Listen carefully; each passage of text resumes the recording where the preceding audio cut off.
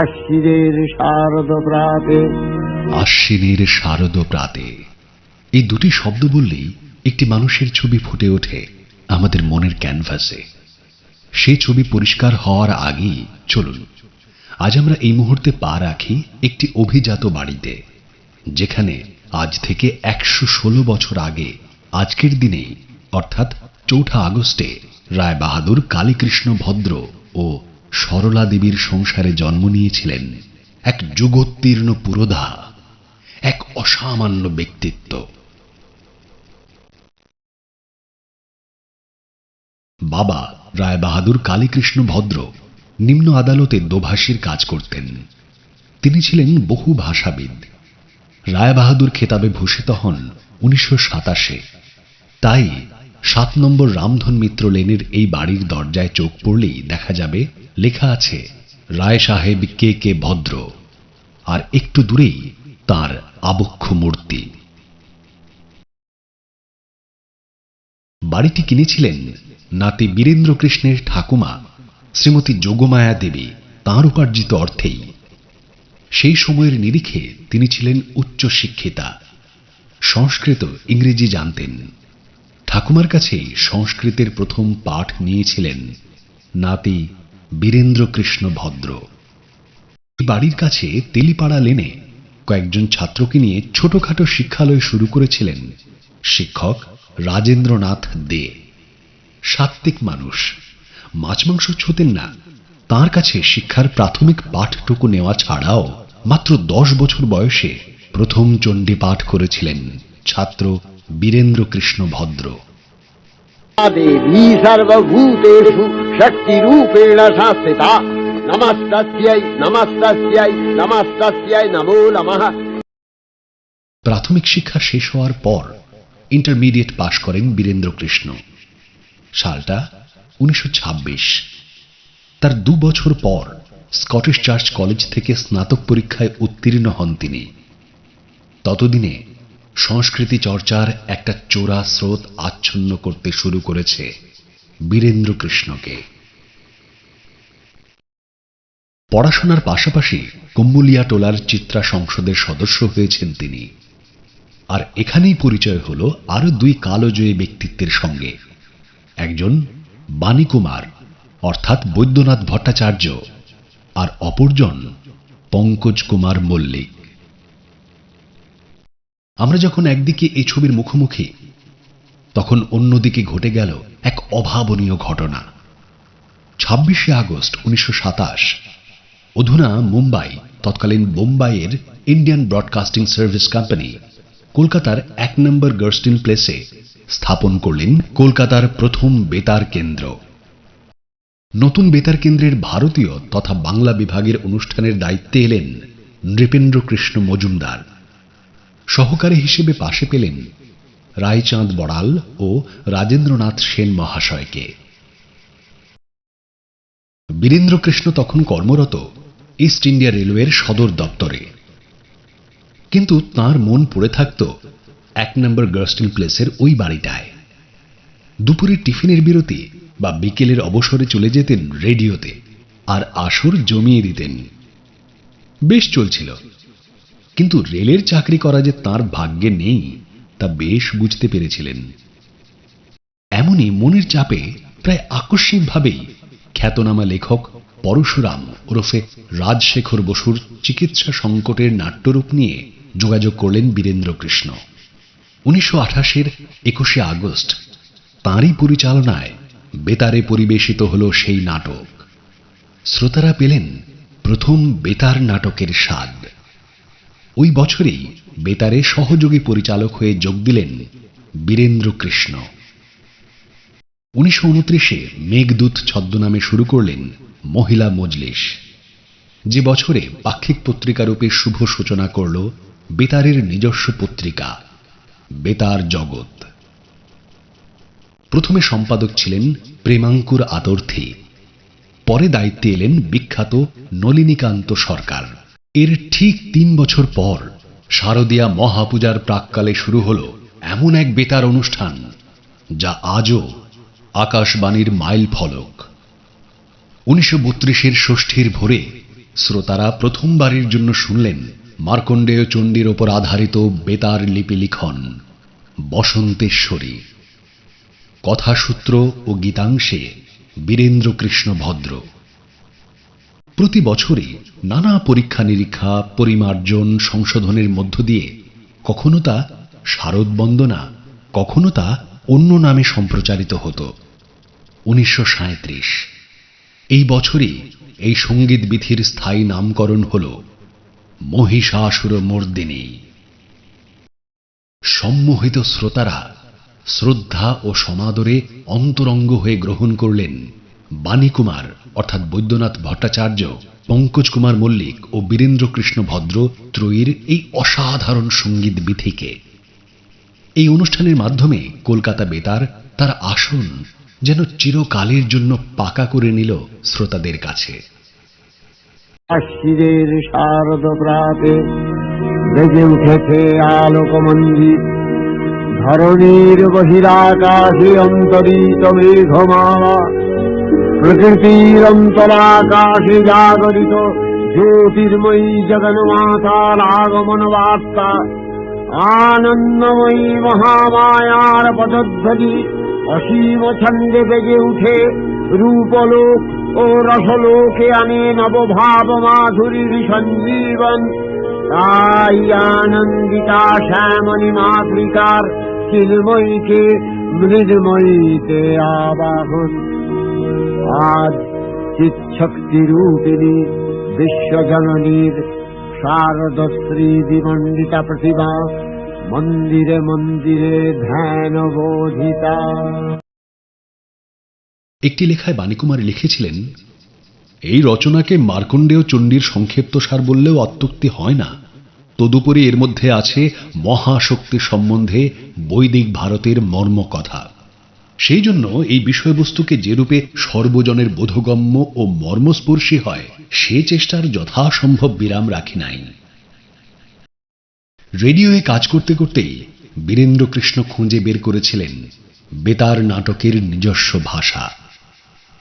কেমন করে পাতা উল্টালে পাতার আওয়াজ হবে না, কেমন করে চোরা দম নিয়ে সংলাপ বলতে হয়, শুধুমাত্র কণ্ঠ দিয়ে কেমন করে রাগ, দুঃখ, অভিমান, ভালোবাসা ফুটিয়ে তুলতে হয়, পরিস্থিতিকে যথাসম্ভব বিশ্বাসযোগ্য করে তুলতে মাইক্রোফোন থেকে দূরে সরে গিয়ে কেমন করে সংলাপ বলতে হয় তার প্রতিটি খুঁটিনাটি নিজে আয়ত্ত করার পাশাপাশি অন্যদেরকেও বোঝাতেন। বীরেন্দ্র সম্বন্ধে আমার অসম্ভব আগ্রহ। কি করে মানুষটি এত কাজ করেছেন? এখন বলা হয় মাল্টিটাস্কিং, মানে একজন অনেক ধরনের কাজ করতে পারে। এখন বলা হয় লাইভ শো করছি। তাই তো হতো তখন, কোথায় টেপ, কোথায় কি। 1 নম্বর গার্স্টিন প্লেস থেকে বীরেন্দ্র এবং আরও অনেকে, তারা সবসময় লাইভ অনুষ্ঠানই করতেন এবং তার কি মান ছিল, কি মাপ ছিল। তাই বীরেন্দ্র সম্বন্ধে জানার আমার সাংঘাতিক আগ্রহ। বিশেষ করে নাটকের যদি জনক বলা হয়, বেতার নাটকের, তাহলে অবশ্যই বীরেন্দ্র কৃষ্ণ ভদ্র। এমন উচ্চতায় তিনি বেতার নাটককে নিয়ে গিয়েছিলেন যে শোনা যায় তখন পাবলিক থিয়েটারে দিন বদল করতে হয়েছিল। শুক্রবার রাত 8টার সময় তখন কোনো মানুষ আর থিয়েটার মুখো হয় না, তারা ঘরেতেই থাকে, নাটক শোনে। বীরেন্দ্রার হাতে গড়া মানুষ নিত্যানন্দ গঙ্গোপাধ্যায়। আপনারা প্রায় শুনেছেন শব্দ সংযোজনায় নিত্যানন্দ গঙ্গোপাধ্যায়। একদিন নিত্যদার সঙ্গে কথা হচ্ছিল বীরেন্দ্রকে নিয়ে, অবশ্যই। বলো, জানিস দেবু, আমি তো বীরেন্দ্রার সঙ্গে কাজ করেছি সেই ছোটবেলা থেকে। লাইভ নাটক হতো রে, মানে সরাসরি প্রচার হচ্ছে, সম্প্রচারিত হচ্ছে। ওই নাটকের ওই ঘরটা আমার ডান দিকের ঘরে, বীরেন্দ্র বসে কনসোলে, আমি পাশের ঘরটাতে কাঁচ দিয়ে দুজনে দুজনকে দেখতে পাই। আর আমার ওখানে প্রচুর রেকর্ড রয়েছে, টেপ রয়েছে। আমি সাউন্ড এফেক্টগুলো দিচ্ছি, ধর একটা গুলির আওয়াজ, ঠিক সময় রেকর্ড থেকে বাজানো। খুব দুরূহ কাজ, কিন্তু বীরেন্দ্র সব শিখিয়ে পড়িয়ে নিয়েছিলেন। জানিস তো, বীরেন্দ্র রিহার্সাল যখন করতেন তখন একটা অন্য মানুষ রে, এবং সবাই বীরেন্দাকে ভীষণ মানত, খুব শ্রদ্ধা করত বীরেন্দাকে। একদিন হয়েছে কি, বীরেন্দা রিহার্সাল করছেন, আর সেদিন ছবি বিশ্বাস রয়েছে মুখ্য চরিত্রে। রিহার্সাল চলছে, কিন্তু বীরেন্দা কোনো কারণে খুশি হচ্ছেন না, বলছেন যে ছবি হচ্ছে না হচ্ছে না কিছু। আর দাঁড়াও, আর কিছুক্ষণের মধ্যেই তো লাইভ হবে, একটু চা খেয়ে আসা যাক। নিত্যতা বলছে বীরেন্দ্রের একটা অদ্ভুত গুণ ছিল, নাটক চলতে চলতে এডিট করতে পারতেন, মানে কয়েকটা পাতা বাদ দিয়ে দিলেন চলতি নাটকের মধ্যে, সেটা কোনোভাবে যারা ফ্লোরেতে রয়েছে তাদের কাছে পৌঁছে যেত সেই ইশারাটা, তারাও বুঝে যেতেন। ছবিটা মুখটা থমথম করছে, উনি গেলেন না ক্যান্টিনে। দেখি ওই 5 নম্বর ঘরটা পায়চারি করছেন, ওই লম্বা মানুষ বড় বড় পা ফেলে আর স্ক্রিপ্টটা দেখছেন। তারপর নাটক শুরু হলো, আর ছবিটার সেই অনবদ্য অভিনয়। নাটক হয়ে যাবার পর বীরেন্দ্র এসে বলল, ছবি, তোমায় বলেছিলাম, আসলে আমি চেয়েছিলাম আমার ছবিকে পার করতে। আমার তোমার ওপর বিশ্বাস আছে ছবি, বিশ্বাস। দুজনে দুজনকে জড়িয়ে ধরে সে কি কান্না, সেসব সোনালি দিন।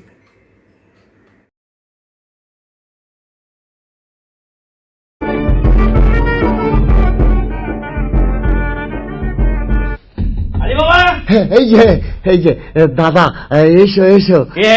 খালি সবাই মিলে দাঁড়িয়ে দাঁড়িয়ে চোখ মেলে গাড়ার মতো ঘুমোচ্ছে নাকি?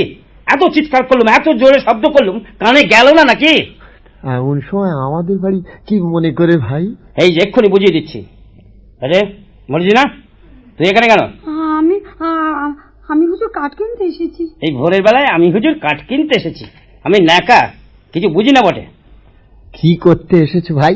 হ্যাঁ, আমার এমন কি সৌভাগ্য যে তুমি আমার বাড়িতে পদার্পণ করেছো। বলি ব্যাপার কি আলি? কিসের ব্যাপার ভাই? বলি টাকা কোথায় পেলে, কোথা থেকে চুরি করলে? টাকা? টাকা কি বুঝতে পারছো না? কই না, বুঝিয়ে দেব। এই দেখো মোহর, দেখো, এবার বুঝতে পেরেছো? কি কোথা থেকে চুরি করেছে বলো না? এত পেয়েছো যে কোনকে দিয়ে মাপতে হয়েছে? আমি চুরি করিনি, খোদা আমায় দিয়েছেন। খোদা? খোদার দেবার লোক পেলেন না? বড় বড় কাজী, মোল্লা, নবাব, বাদশা পড়ে রইলাম, আমি পড়ে রইলাম, আর খোদার দস্তিগিরি করে 1000 বছরের আগের মোহর আলী সাহেবকে দিলে। শিগগির বলো, নাহলে কোতোয়াল ডেকে ধরিয়ে দেবো। কোতোয়ালকে ডাকো, তাতে ক্ষতি নেই, কোতোয়ালকে আমি ভয় করি না। তবে তুমি ভাই, তুমি যদি জানতে চাও তাহলে আমি বলতে পারি, কেননা তোমার সুখে আমার আনন্দ ভিন্ন কিছু মাত্র কষ্ট নেই। যেখান থেকে আমি এই ধনরত্ন এনেছি সেখানে এত ধন আছে, এত মোহর আছে যে 1000 বছর 2 হাতে খরচ করলেও শেষ করতে পারবে না। বটে বটে বটে বটে বটে। আলী ভাই আমার প্রাণীর ভাই, আমার এক মায়ের পেটের ভাই আলী। এই কথাটা কি সত্যি কথা ভাই? এক বন্ধ মিথ্যে নয়। বেতারে অভিনয় করলেও মঞ্চকে কিন্তু তিনি ভোলেননি। তার পরিচালিত প্রথম নাটক অভিষেক মঞ্চস্থ হয় রংমহলে। এরপর শরদিন্দু বন্দ্যোপাধ্যায়ের 2টি নাটক বন্ধু ও ডিটেকটিভ পরপর মঞ্চস্থ করেন।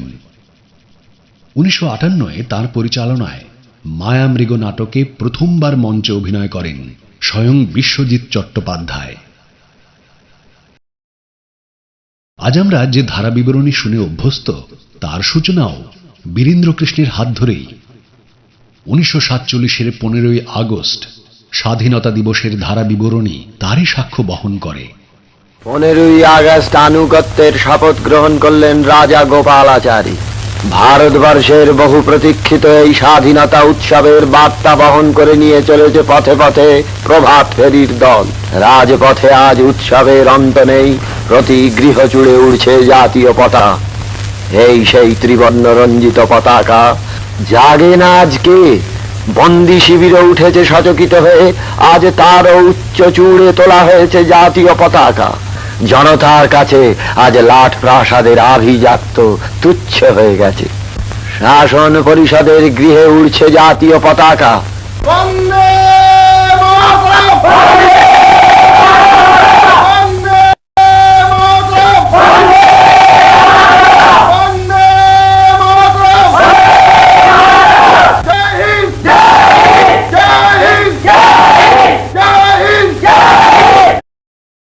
বেতারে রূপরঙ্গর আসরে স্বরচিত কৌতুক নকশাও পরিবেশন করেছিলেন বীরেন্দ্রকৃষ্ণ ভদ্র। বিরূপাক্ষ ছদ্মনামে লিখেছিলেন সরস রম্য রচনা, যা প্রকাশিত হয় বিরূপাক্ষের নিদারুণ অভিজ্ঞতা নামে দ্য বিহার সাহিত্য ভবন থেকে বৈশাখ 1359 বঙ্গাব্দে। বীরেন্দ্রকৃষ্ণ ভদ্র ওরফে বিরূপাক্ষ রসবোধে টইটুম্বুর হবেন, সেটাই স্বাভাবিক। একদিন শোভাবাজারে রামকুমার চট্টোপাধ্যায়ের বাড়িতে আমি হাজির। বললেন, ছোকরা, তুমি যে কাজ করো অ্যানাউন্সমেন্ট, তার একটা নমুনা শোনাই। আমরা হ্যাঁ জেঠু। বুঝলে, মহালয়া হয়ে গেছে, তারপরে পরে একটা অনুষ্ঠানে চলেছি, চণ্ডীপাঠে বীরেন্দা থাকবেন আর আমি মায়ের গান। একটা জায়গায় খেয়া পার হচ্ছি, যেতে হবে ওই অনুষ্ঠানে ওপারে। তা কানে এলো দূর থেকে মাইকে বলছে, আমি শুনতে পাচ্ছি, বীরেন্দা শুনতে পাচ্ছে, কিছুক্ষণের মধ্যেই আসবেন শ্রদ্ধেয় রামকুমার চট্টোপাধ্যায়, শ্রদ্ধেয় বীরেন্দ্র কৃষ্ণ ভদ্র, শ্রদ্ধেয় রামকুমার চট্টোপাধ্যায়, শ্রদ্ধেয় বীরেন্দ্র কৃষ্ণ ভদ্র। তা বীরেন্দ্র আমার দিকে চেয়ে বললেন, রাম আমাদের কথা বলছে রে। তা আমরাও কথা বলছি, অ্যানাউন্সমেন্ট তো চলছে, থামে না। হঠাৎ কানে এলো, উপস্থিত হচ্ছেন কিছুক্ষণের মধ্যেই স্বর্গীয় রামকুমার চট্টোপাধ্যায়, স্বর্গীয় বীরেন্দ্র কৃষ্ণ ভদ্র। মানে কি বলছে রে, বল ভালো করে শুনি তো। হ্যাঁ বলছে তো, কিছুক্ষণের মধ্যেই উপস্থিত হবেন স্বর্গীয় রামকুমার চট্টোপাধ্যায়, স্বর্গীয় বীরেন্দ্র কৃষ্ণ ভদ্র। বীরেন্দা বলে উঠলেন, রাম শ্রদ্ধেয় থেকে কখন স্বর্গীয় হয়ে গেছে রে, মেরে ফেললো। চ চ চ, বাড়ি ফিরে যেতে হবে, প্রাণটা তো বাঁচাতে হবে। আকাশবাণীর ক্যান্টিনে এই গল্প শুনেছি বড়দের মুখে। বীরেন্দা তাঁর বাড়ি থেকে গার্স্টেন প্লেসে আসছেন ট্রামে করে, যেমনটি আসেন যান। কিছু কিছু মানুষ থাকেন যারা গায়ে পড়ে কথা বলতে খুব ভালোবাসেন। সেরকমই এক ভদ্রলোক, যখনই দেখা হয় তখন বীরেন্দার প্রশংসায় পঞ্চমুখ হয়ে যান এবং চেঁচিয়ে চেঁচিয়ে বলেন, বীরেন্দা আপনার কালকে অমুক শুনলাম, আহা আপনার কি বলা, আপনার চণ্ডীপাঠের তুলনা হয় না। আর কি জানেন তো, চেঁচিয়ে চেঁচিয়ে সবার সামনে বলা একটা কেমন অস্বস্তিতে ফেলে দেয়, তাই না? বীরেন্দা এরকম প্রায় অস্বস্তি হয়, তবে প্রশংসা করছে, কিছু বলতেও পারেন না, সহ্যের সীমা ছাড়িয়ে যাচ্ছে। তাই একদিন মনে মনে একটা প্ল্যান করে নিয়েছেন, ট্রামে উঠেছেন। সেই ভদ্রলোক সেদিন আর বীরেন্দা কোনো সুযোগ দিলেন না। এই যে মশাই, তা আপনার চিকিৎসা কেমন চলছে? কোনটা বীরেন্দা? মানে কেন, ওই যে আপনার গ অক্ষরযুক্ত গুপ্তরোগ যা চিকিৎসা করাচ্ছেন, কেমন আছে? গুপ্তরোগটা সেরেছে তো? ভদ্রলোকের ট্রাম থেকে ঝাঁপিয়ে পড়তে পারলেই বোধ হয় প্রাণটা বাঁচে।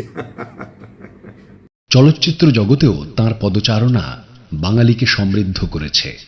তাঁকে আমরা পেয়েছি স্বামীর ঘর ছায়াছবির পরিচালক হিসেবে। মা অন্নপূর্ণা, সতীর দেহত্যাগ, সাধক বামাখ্যাপা প্রভৃতি ছবির চিত্রনাট্য তাঁর হাতে তৈরি। যে আকাশবাণীকে প্রায় নিজের সন্তান স্নেহে বড় করেছিলেন, শ্রোতাদের কাছে পৌঁছে দিয়েছিলেন অজস্র আনন্দ মুহূর্ত, জীবনের শেষ প্রান্তে তার কাছেও তাঁর প্রাপ্তি ছিল খুবই কম। যে স্মৃতিশক্তি ছিল তাঁর গর্বের, তাঁর অহংকারের অলংকার, গত ৮০ দশকের শুরুর দিন থেকেই তা ধীরে ধীরে হারাতে থাকে। শেষ কয়েকটি সাক্ষাৎকারেও ফুটে উঠেছিল যোগ্য সম্মান না পাওয়ার অভিমান। সময়টা ভোলার কথা নয়। 1979, বছরের মাঝামাঝি। আমি কিছুদিন হলো আকাশবাণী কলকাতার ঘোষক হয়েছি, স্থায়ী ঘোষক। হ্যাঁ, ওই ত্রিস্তরীয় পরীক্ষায় প্রথম হয়ে। একদিন সিবিএস ডিউটি রুম অর্থাৎ স্টুডিওতে ঢোকার আগে ডান দিকে যে ঘরটি, সেখানে চোখ পড়ল। দেখলাম বীরেন্দ্র কৃষ্ণ ভদ্র বসে রয়েছেন একা। আমি ঘরে ঢুকলাম। মুখটা নিচু, একটা মলিন ধুতি, পাঞ্জাবি পরা, একটা উড়নি, তাতে নস্যির দাগ, পায়ে সাধারণ চটি, পাশে একটা বাজার করার থলে, তাতে কাগজ ভর্তি কাগজ। মনে হলো স্ক্রিপ্ট হবে, কারণ উনি তখন মাঝে মাঝে কলকাতা বেতারে, মানে আমাদের আকাশবাণী ভবনে আসতেন মহাভারত থেকে পাঠ করার জন্য। স্ক্রিপ্টটা পাশে রাখা থাকতো, উনি গড়গড়িয়ে বলে যেতেন। ওরকম একজন গুণী মানুষ, প্রাজ্ঞ মানুষ। আমি প্রণাম করলাম। হঠাৎ প্রণাম করতে উনি চোখটা তুলে তাকালেন, অর্ধনিমীলিত। কে বাবা? আমি আমার পরিচয় দিলাম, বললাম আমি দেবাশিস বসু, সব এখানকার ঘোষক হয়েছি, আপনার আশীর্বাদ নিতে এলাম। উনি কিছুক্ষণ শোনার পর বললেন, হ্যাঁ বাবা, শুনেছি শুনেছি, ভালো, বেশ ভালো। হতেও পারে শুনেছেন, নাই বা হলো যদি নাও শোনেন, আমি তো আশীর্বাদ নিতে গিয়েছি।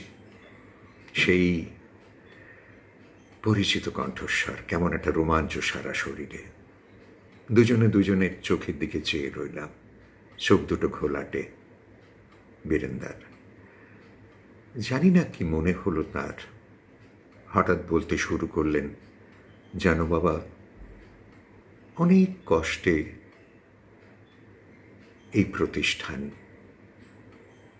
এক সময় মাথায় করে ওই গোলবাড়ির ওখানে যেতাম, ওই লালবাড়ির ওখানে, যেখানে তোমার এটা রয়েছে না, গোলদিঘি, ওইখানে যেতাম বেতার জগৎ ফিরি করব বলে। সে কত ধাক্কা ধাক্কি, মারামারি এসব হতো। অনেক কষ্ট করে এই প্রতিষ্ঠান, তোমরা আজকালকার ছেলে, এটাকে বাঁচিয়ে রাখার চেষ্টা করো। বীরেন্দার সেই কাতর দৃষ্টি আজও মনে পড়ে।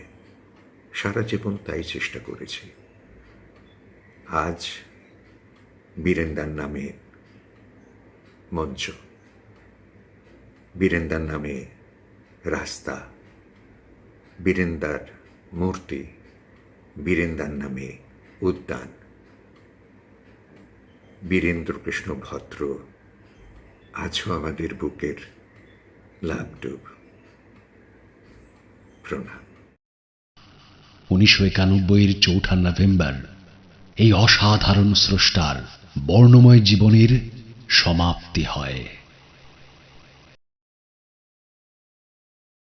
আশ্বিনের শারদ প্রাতে এই অনন্য স্রষ্টার প্রতি এক সামান্য শ্রদ্ধাঞ্জলি, হয়তো এর চেয়েও অনেক অনেক বেশি তাঁর প্রাপ্য। রেডিও ম্যানিয়া আজ তাঁর প্রতি সামান্য শ্রদ্ধার্ঘ্যে তাঁর অভিমানের ক্ষতে কতটাই বা শান্তির প্রলেপ দিতে পারবে তা আমাদের জানা নেই।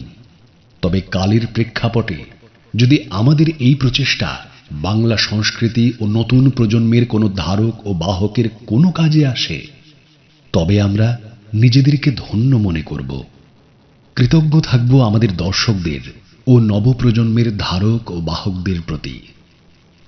সকলকে আমাদের পক্ষ থেকে অসীম ভালোবাসা, শ্রদ্ধা, নমস্কার, কৃতজ্ঞতা ও প্রণাম। আশ্বিনের শারদ প্রাতে বীরেন্দ্র কৃষ্ণ ভদ্রর প্রতি শ্রদ্ধাঞ্জলি। ভাষ্য রচনা সৌমেন মুখোপাধ্যায়, সম্পাদনা সহায়তা সোমরূপ, আবহ সব্যসাচী, ভিডিও মিশ্রণ সোমরূপ, স্মৃতিচারণায় দেবাশিস বসু। ভাষ্য পাঠে অর্পণ কুমার শর্মা। তথ্যসূত্র উইকিপিডিয়া। अहं